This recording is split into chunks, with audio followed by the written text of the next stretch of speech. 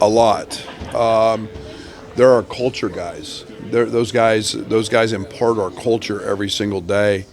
AJ's obviously gotten a job with Madison Technologies and one of our biggest donors and outstanding student, and Ty's a student of the game. Ty's going to be an unbelievable coach someday, whenever that time comes. So they impart their knowledge in different ways and utilize it, but they've also seen a lot of success and a lot of winning. So very grateful to have those two. Coach, how many veterans have sacrificed to win this year? How do you find that? How do you get buy-in on that? Well, I hope we've evaluated that in practice or in the recruiting process, and I think it's, you never know till you get it. Winning's hard.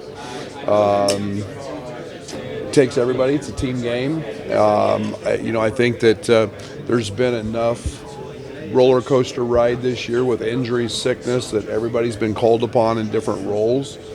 But I think that we've established some roles, and our role identification's been very good. But it's always been about what we talk about, being an everyday guy, work, and secondly, finding a way to win the next one, and whatever it takes. And these guys have all bought into that. Coach, what's been some of the changes since that game in New York for your team? Keaton's been on the ball. We didn't play very much in the first one. I think we're we're quite a bit further along with Merkovich. Merk was a guy that we were putting on the block a lot and not doing as much with. I would say those two things from the offensive side of things, and then we're much healthier. We're much more established now on the defensive side, as they are. And I watch that game, and we're just two almost completely different teams. Has there been a moment where it's been, we're here, we're in the Final Four of the playoffs? Oh yeah. Since you got here? Yeah, I think that there's been two for me. Driving in on the bus and seeing Lucas Oil, in the Final Four sign's pretty cool, and knowing that we're a participant, and then walking in here today.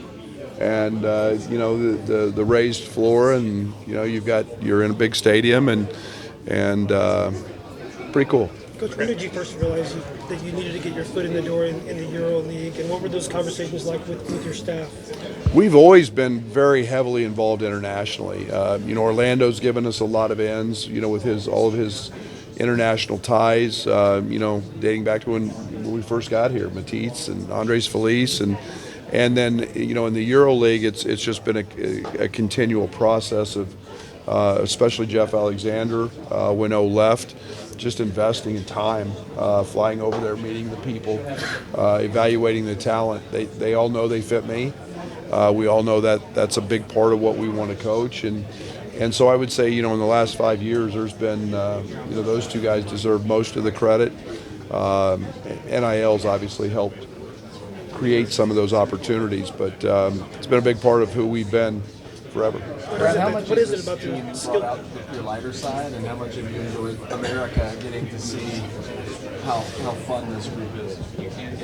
Yeah, I think that's all part of it. I think that's we always celebrate winning. We have, throughout every win. I think it's very important these guys work their tails off. So you got to not just have it be a next game mentality. It's enjoy the moment of winning and how hard we've worked to get here.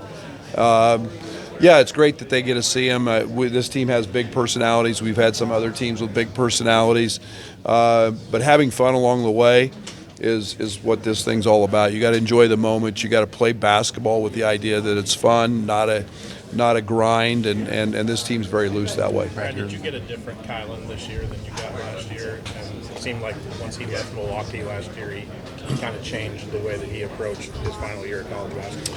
Yeah, yes and no. I think the one thing, he's always been very unselfish. I think he's been a very, very underrated player as a winner. I think his mindset defensively has always been 1A.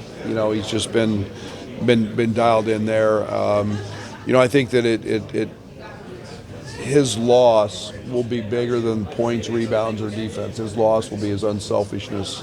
When his college career is over, and but I hope he goes down as one of the great winners because that's the way I look at it. Brad, you're like one of the two coaches from 2017 when you got hired here. They're still at the same spot. Like, what is that patience? How much is that patience kind of meant to you? How much has it led to a moment like this?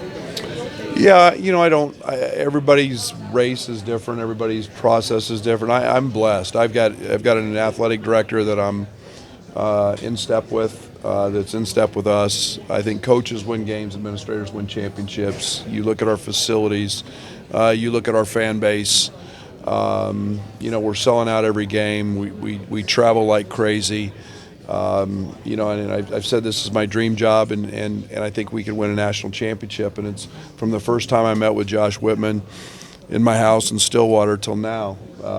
That's been unwavering, and I really believe that. And he's allowed me to dream that and work towards that. So, it's been very good for Brad Underwood and the University of Illinois. What is behind this defensive surge you guys have had in the NCAA tournament in particular? Health, continuity, I think are all big pieces of it. I think we had to figure out as coaches how to blend this group correctly. I think we've done that. Andre coming off the bench, the intelligence of Jake and Ben when they were playing great, and their unselfishness. I said those are two of the greatest role players in college basketball, and just finding that chemistry and flow has been very, very good to us. So, then I think we found sustainability for 40 minutes, which was inconsistent. Maybe that was partly because of the lineups I was playing.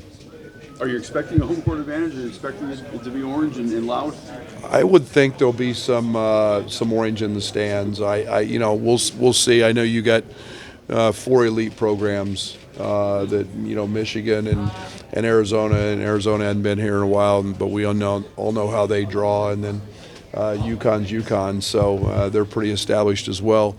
But it wouldn't break my heart if it was a little return favor from Boston a few years ago.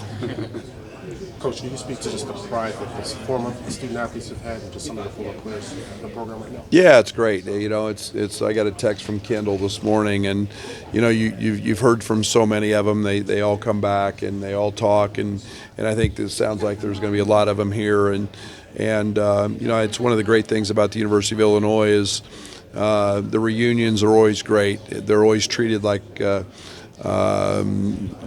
something special, and those guys all have helped pave the way for this to happen. I wouldn't have believed it. Had 89 in 2005 and those teams. I might not be the basketball coach here, but what those guys did helped me believe, and very grateful for them. Keys to the game against UConn? We're still working on all that.